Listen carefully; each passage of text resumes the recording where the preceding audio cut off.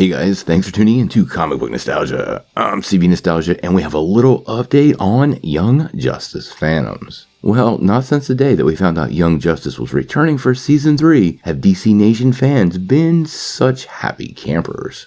We just got a new episode of Young Justice Phantoms, and in that episode we got the return of a series many of us figured we would never ever see again, and that would be Green Lantern the Animated Series. This has led to a lot of fan questions about the status of the show and how exactly it fits into Young Justice, so I thought we could take a couple minutes to break that down. Greg Weisman has actually chimed in. Now before we do that though, make sure you hit the like and subscribe button and ring the bell for all the updates. Also, the big giveaway. We're going to give away this Oculus Quest 2 at 50,000 subscribers. All you need to do to get in on the giveaway is be a subscriber and leave us a comment. Also, while you're at it, make sure you check out our Stay Whelmed line of merchandise down below. It's a pretty cool way for you and your friends to feel the Aster, crash the mode, and stay whelmed, all while supporting this channel. Plus, there's a great line of free concho and Restore the Snyderverse gear there, so it's worth a look. Well, like I was saying, this week's episode of Young Justice has fans squealing. We got an amazing return of a previously canceled show. Now, in case you're unfamiliar with the show, Green Lantern the Animated Series actually aired its first episode on November 11th, 2011, more than 10 years ago, and actually went off air on March the 16th in 2013. Now, it was a CGI animated show that was part of DC Nation that for many people was actually a companion to Young Justice Invasion.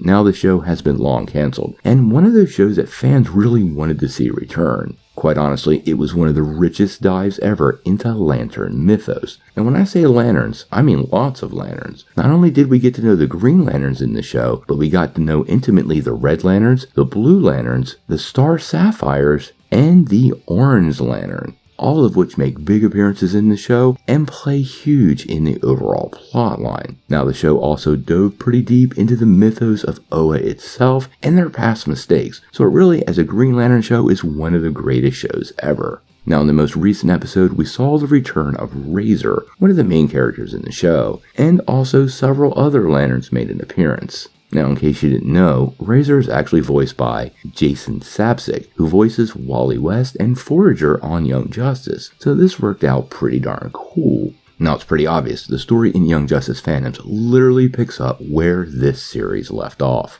When Kilowog finds Razer, this is actually the first time he's seen him since the end of the series, and the series ended with Razer headed off into space to try to find Aya, an AI he had fallen in love with, and was being pursued by a Blue Lantern ring, which is pretty much how the story went. If you haven't watched it, we did a recap. I've linked it down below. So the main question many fans are having right now is this show actually Young Justice canon or something else? And Greg Weisman himself has chimed in. Now, he was asked online specifically about the canonical status of the show. The tweet asked, Greg, is the Green Lantern animated series canon to Young Justice after the new episode, which was amazing? And Greg replied, adjacent.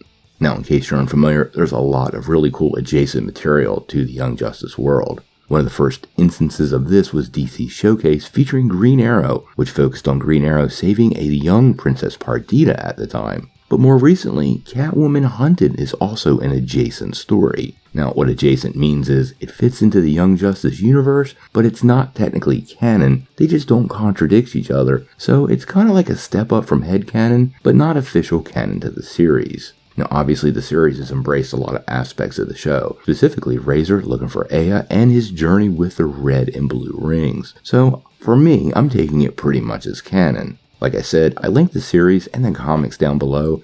If you're unfamiliar with this, I would go check it out because as of right now, it's super unclear to me how any of these characters could play into the rest of the season of Young Justice. We don't know yet, but I don't think we've seen the last of Razer. What do you guys think? How do you feel about Green Lantern the Animated Series now being a Young Justice adjacent project? And if you're a fan of the show, how shocked were you to see Razer in this episode? It blew me away. Sound off in the comments below. If you like this video, make sure you hit like, click subscribe, and if you don't ring that bell, you're not getting any updates. Peace.